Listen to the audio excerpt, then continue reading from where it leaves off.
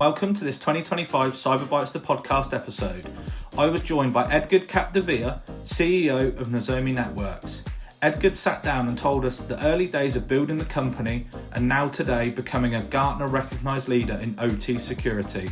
He shares his journey, the pivotal moments that shaped Nozomi's growth, and how Nozomi as a business have stayed ahead in an increasingly complex threat landscape.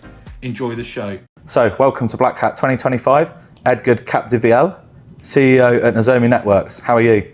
Good. It's a pleasure to be here. Thanks for having me. Good. And how's your week going so far? So far, so good. This is one of the best shows for cybersecurity professionals. Not only do you get to see a lot of customers and partners, but the whole industry comes together. It's a little bit like summer camp. So you get to see a lot of acquaintances, friends, and of course, customers and partners. And do you have a big team out here with Nozomi this week? We don't have a big team.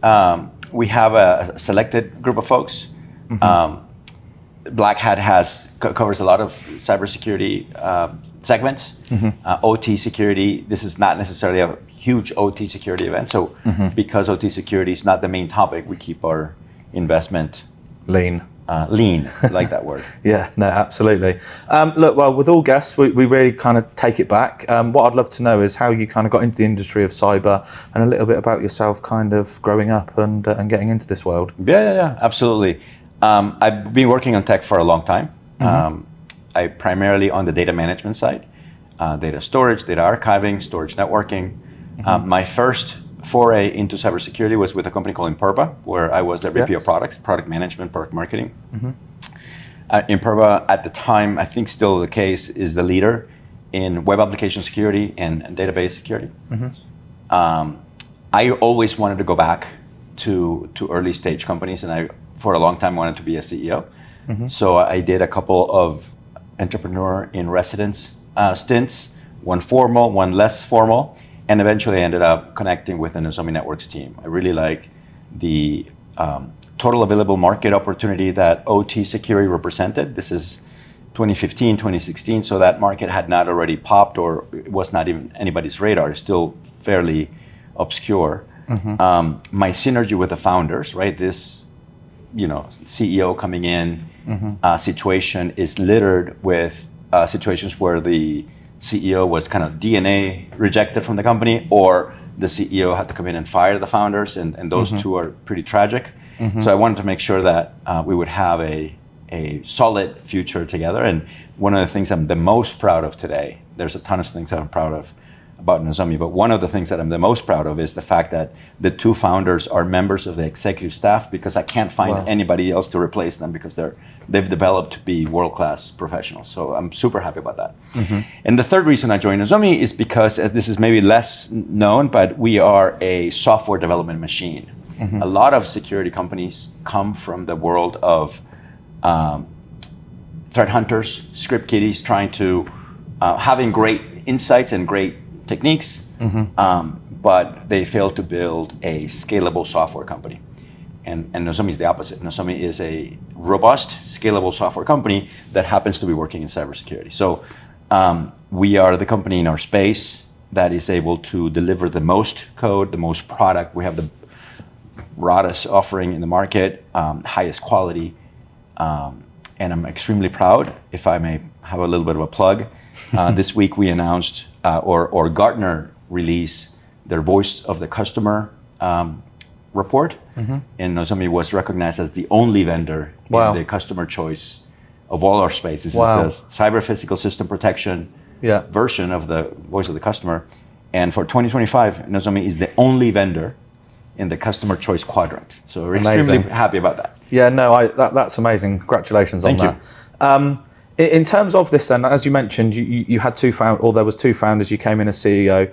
Why Nozomi for those guys? How well can you kind of go into the kind of founding story of Nozomi? Absolutely, I think that's the even more important. The two co-founders bring basically the two ingredients that form our platform.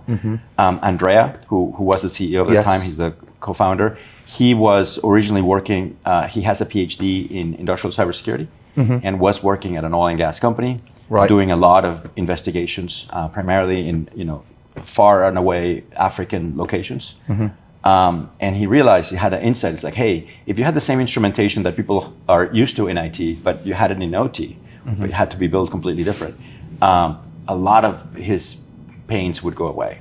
So he partnered with Moreno. Moreno also has a PhD, but he has a PhD in artificial intelligence. And for you to really create the instrumentation that is needed in OT, to be at par with IT, you really need a lot of artificial intelligence. In IT, a lot of solutions can be active, meaning you can start scanning and asking questions to devices because the devices are pretty smart. Yeah. In OT, the devices are pretty antiquated. Let's not call it not smart, but antiquated, less resources, less capabilities, and the impact potential for disruption is super high. So everything you have to do passively, and therefore you have to apply a ton of AI. So AI has been in the DNA of our company since the very beginning, and that's the contributions from Moreno. Moreno is also an expert software developer. He brought up all of our agile methodologies into making sure that we can produce software like nowhere else. And those are basically the two ingredients that form Nozomi. Amazing. No, that's brilliant. And in terms of exactly what you guys do, and you mentioned there that the Gartner announcement this week, if we were stood in that elevator that took us forever to kind of get up in the lift, what would your pitch be to exactly who Nozomi are and what they do today? Absolutely. When you look at critical infrastructure and all the industries that comprise critical infrastructure, one of the main supporting infrastructure is industrial control networks. And these are the networks that are very different from IT networks. What makes them different is the endpoints, as we just discussed. When you look at an IT network, the endpoints are super smart. iPads, iPhones, the computing and the operating system capability of the endpoints of an IT network are incredible. And therefore you can do scanning, you can do a lot of sophisticated cybersecurity operations in there.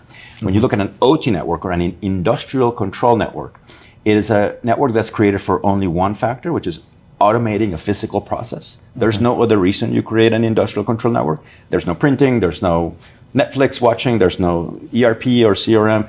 This network is created to automate a physical process, and the endpoints are automation endpoints that tend to be very antiquated and cannot be disrupted. And the disruption would mean that $300 million, for example, today did not get produced because you mess with the network, right? So impact is, and it could also be lives or safety. So solutions for OT have to be passive, or at the very beginning have to start passive. The instrumentation in OT networks, because of this factor, is super low compared to IT networks. So now we're going through a convergence movement. In the past, it was perfectly fine for the interconnect of your refineries to be responsibility of the head of refining operations. But today, the interconnect is a TCP/IP network. So you can't, as a CISO, you can't walk up to a board meeting and say, the TCP/IP network that supports our critical operations is not my responsibility, right? That's a firing offense on the spot. Yeah. So that's basically IT/OT convergence, right? Yeah. They're coming together. The CISO has incredible instrumentation on the IT side, and basically is walking into a dark room full of furniture in the OT side. So the first thing that a solution like Nozomi needs to provide is turn on the lights. Incredible amount of visibility, right? You can't protect what you can't see. So how many devices do I have? What are they talking? What protocol is it? Do we have broadcast problems in their network? TCP/IP retransmission, whatever, segmentation's done properly. And then once you have visibility and you have a good inventory of your assets, you can add a layer of cybersecurity. We're having a man-in-the-middle attack. The right access is being, allowed or blocked, etc. Brilliant. And look, you've obviously been with Nozomi for now a number of years. How different is the OT world? How has it evolved? It's radically different. So I would say the OT market has gone through 3 phases. The first phase was fairly educational. When we started, talking 2015, 16, all the way even to 2018. The only attack that had really happened was, Stuxnet. That's the only attack anybody could refer to. And OT IT convergence was pretty early.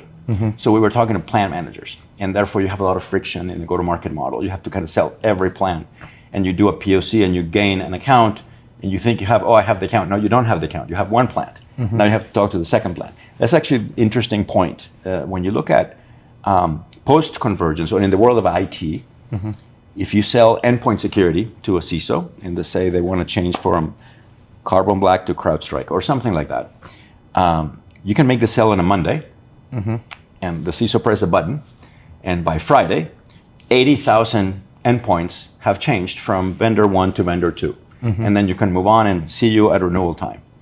So that's the world of IT, right?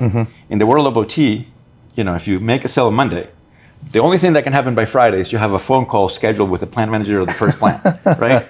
Okay. So there's there's a lot of, I don't know that the word friction is the right word, but it's very physical. Okay. It does have some friction in the world of OT. You have to install it in a plant. More like the firewall business. We were talking about the first phase. So the first phase was very educational. Then you started having a lot more attacks and a lot more regulation. In the US, I would use Colonial Pipeline as kind of the turning point from phase 1 to phase 2. Okay. Colonial Pipeline really told all the CISOs, hey, did you see what just happened? The Eastern Seaboard did not get any gas. That's a little bit of a problem for an industrialized country. Yeah. So from then it was pretty impossible for a CISO not to have had a OT conversation and for the board not to be asking questions. So dramatically accelerated the convergence. For us, the business went from push to pull and accelerated the business quite a bit. I believe we have now transitioned to a third phase. Okay. And I think the Gartner Magic Quadrant, which is not the voice of the customer that I just talked about, but Magic Quadrant actually came out earlier in the year, where Nozomi was named a leader, not the only leader, but one of the leaders. Yes, I think I see this. And I think when you have a Magic Quadrant report or a voice of the customer report, CISOs have to take it very seriously. Yeah. It is very hard for a CISO to not have this line item in the category. So again, those are ingredients for the market to go mainstream. So again, educational, I would call it kind of early growth, accelerated convergence, and now mainstream. We're months or weeks into the mainstream phase of this market. And where is the business today? As you mentioned, you obviously joined a number of years ago, 2015, 2016. I'm assuming as quite a small business, and today you must be hundreds of employees. You've got a global business. You've got folks in Europe, where obviously we're from. You've got guys, obviously a leading team in America. But yeah, where would you kind of sum up where the business is today? Yeah, one of the differences I would say is our business had to be global from day one. Okay. OT visionaries I have the analogy of a little bit of a garden, a very big and wide garden where plants or flowers start blossoming wherever they are. So our first customer was in Europe, the main one of the largest utilities in the world in Europe. Our second customer was in Australia, one of the biggest miners in the world. Our third customer was the largest gas distribution network in South America. So our business from the very beginning had to be geographically distributed. And so we created a company whose DNA was to be geographically distributed. I like to joke that we invented kind of remote work before COVID. But yeah, we were very, very distributed. The degree of distributedness and the way we work did not change through COVID. COVID kind of made everybody else kind of adopt the model that we had. And yes, when I joined as employee number 8. Wow. We had a single handful of customers. The definition of customers at that time was very loose. Yeah, okay.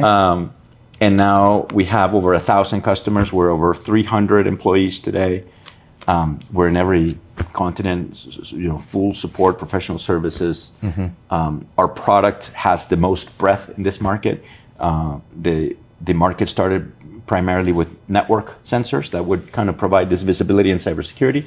But now today we've expanded to have endpoint sensors as well, wireless sensors as well, because IoT is becoming a huge part of the attack surface for critical infrastructure. So it's important to have a complete product set that has network sensors, endpoint sensors, embedded sensors, and now wireless sensors. And this question is probably going to go back to one of the co-founders actually having a bit of an AI degree, but how big is this going to play maybe today, maybe the last year, but maybe the next 2 or 3 years? How big is AI going to become in OT and this convergence that you keep mentioning? It's going to continue to gain a greater, more important role. Okay. So we started using AI very early on for the 2 key value propositions that our product provides. The first one is operational visibility, right? So making sure that when I see passively, which is the main difference between IT and OT, that this endpoint is a Rockwell device or a Siemens or Schneider device, and this level of firmware, you have to use a lot of AI techniques to make sure that that's the case, because the information being transacted on the network may not be sufficient, right?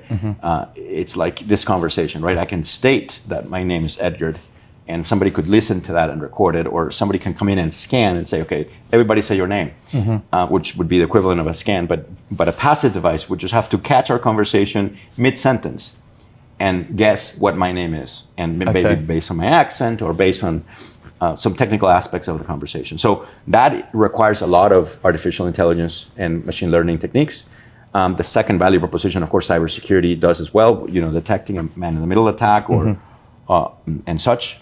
And the use of AI is going to continue to evolve. For example, if you are a user of any technology in cybersecurity, you are probably experiencing alert fatigue. There's a lot of alerts. The goal of a cybersecurity product is to provide a low level of false positives and a low level of false negatives. And that balance is very hard to gain. Misconfigured products produce a lot of alerts. And just being very candid, the average customer cannot fight the talent war for cybersecurity professionals with everybody else. We cannot birth enough cybersecurity professionals to have every critical infrastructure company staffed. That's just not going to happen. So alert fatigue, processing alerts, managing alerts, fixing and patching vulnerabilities is an issue. And this is a place that is very, very good for AI to add value, right? So one of our latest products, Vantage IQ, provides an AI assistant so that we can just show up to a screen and say, okay, now I see that I have 20,000 things to do, but what are the 3 that I can do today that are the low-hanging fruit and I can protect my company, right? So these 3 things that you can do, number 1, address the highest number of vulnerabilities or the lower your risk, or adds the most value to your company. And that's what, think of an LLM processing a very complex screen of alerts and vulnerabilities and just clearly telling you in one succinct paragraph, what do you need to do today? So that's a very powerful offering where we're leveraging AI to ease the pain points of our customers. Amazing. And the way I'd love to wrap this podcast up is actually with a little bit of advice. What could we do? Advice from you to me or me to you? No, for you to really, me and the listeners more than anything.